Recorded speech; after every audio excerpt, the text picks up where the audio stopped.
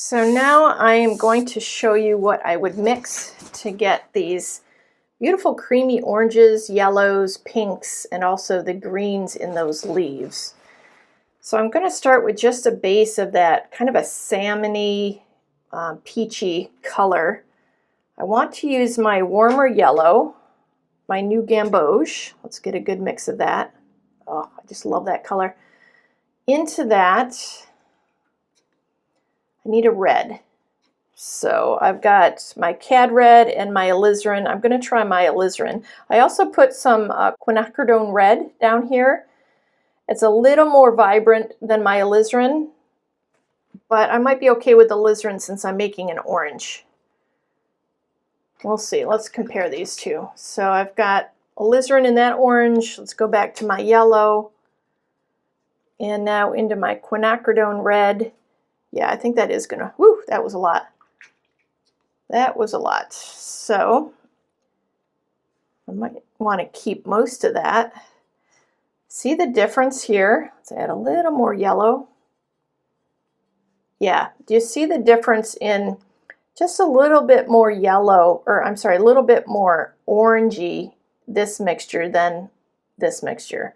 The quinacridone red has a little, just a touch more chroma, more color, more red than the alizarin. So I'm going to go with that. It's a good choice for florals. It's just a little more of a pure color. So if this is too orangey, which it is, I want something a little more on the peach side. Let's put some down there. Let's actually show you the other one also. So this is the alizarin. This is the quinacridone. Yeah, I can see a difference with that, even on the paper. Okay. But what if this is too chromatic? It is. I'm not going to paint my rose with that. I might do very thin underlayers with that, but I want to mute it down just a little. Let's pull some off to the side. And what would I mute orange with? Well, the opposite on the color wheel is blue. So I could do, let's make a couple puddles here just to see. I could try my cerulean, a middle value blue. Wow, that really shifted that. That's with cerulean. Still reads as orangey brown. Maybe I want a little more orange and I put too much cerulean. Let's go back. Yeah, that's better. Let's try ultramarine. Again, I put too much in. Get a similar orangey brown. A little more water on my brush that time. If I want to go back here, careful not to take it out of that side, but if I take it out of this side,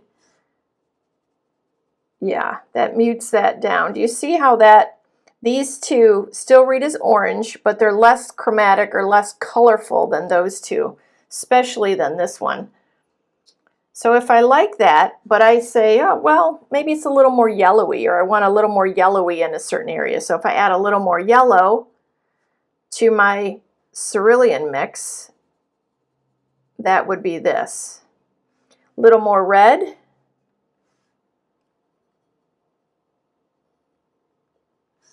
That would be this. Same thing with my ultramarine mix. Want a little more yellow. That went quite a bit yellow, so let's add in that other puddle that was the same orange to start with. A little more ultramarine. And that kept the yellow. So there we go. I'm just visually checking these out as I play around with this. I'm not being too exacting. I kind of can tell when shifts are occurring, and I'm using that as my gauge. If I take it too far, I just start over with a puddle. Let's see. So if I go, it was the red. If I go back in with a little more quinacridone red into this, what would that do to it? These are all really pale. But if I'm doing layers in watercolor, I don't mind the paleness. I'll build up my color. So those are nice peachy colors. If I wanted to shift, you know, add in that yellow. Let's see. Even as I go across, This will be interesting. If I even draw a line, bring in the yellow on the one side. Let's drop in even more of a concentrated pigment. There we go. And the red on the other side. And just move those.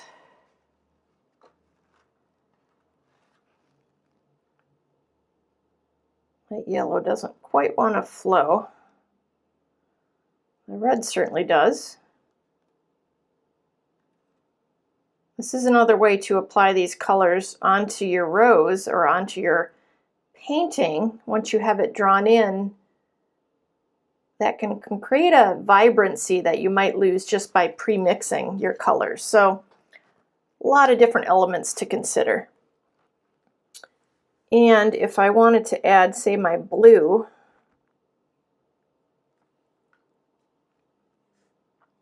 in there. So here's all three primaries, my yellow, a very light valued blue, and my red. And I could just kind of play around, see what that does. The blue, I don't have a lot of pigment on it compared to the red. That's really the most, which is fine. I wouldn't want a lot of blue in that mix anyway. We'll just pick up some of that water in there. So we'll let that dry, work around, see what happens. Shadow value on my rose, let's see, that is definitely a warm. Start again with my yellow, my red. See, just the darkness of that, because there's more paint to the water. Adding my, I wouldn't go with cerulean to darken. Well, I could. Let's see, I could try it. It's not going to darken too much. I think I'm going to end up with green before I end up with a darker value, the shadow value. So if I go with my ultramarine, that's a darker, it's also muting. So I take it too far, I'm going to get dark green. I don't want dark green, I want shadow value in my rose. So I don't want it to look like it has a muddy shadow. So let's go back to here. What I could try to keep the chroma is my burnt sienna. Let's get some of that. There we go. Almost, you can see it as brown compared to the orange, but it's a nice way to take the value lower. Let's put that down here. That is darker. If you did layers for that rose, it would build up. What about that with my cerulean? That looks nice. It neutralizes the oranginess in the burnt sienna just a little bit, but it's still nice and warm. What if I added a little yellow to that to get some of the warmth, even more warmth in that shadow? And then what about a little more red? So I'm kind of coming at it from a bunch of different directions. That's definitely a darker value than what I have here for my oranges. Again, a little blue in there. Blue and brown are going to create black.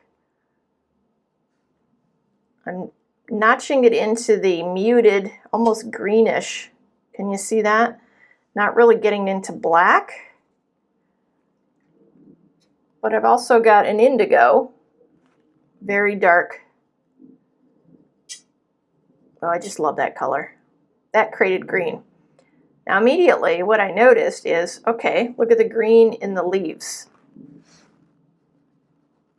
That's a cooler green, very muted, nice and dark. If I want to go even darker, more indigo, and more burnt sienna.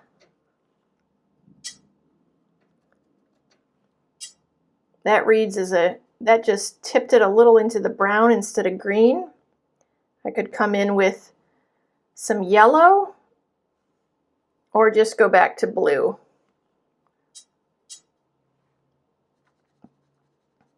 If that's too muted and I need it more warm, again, go into the yellow.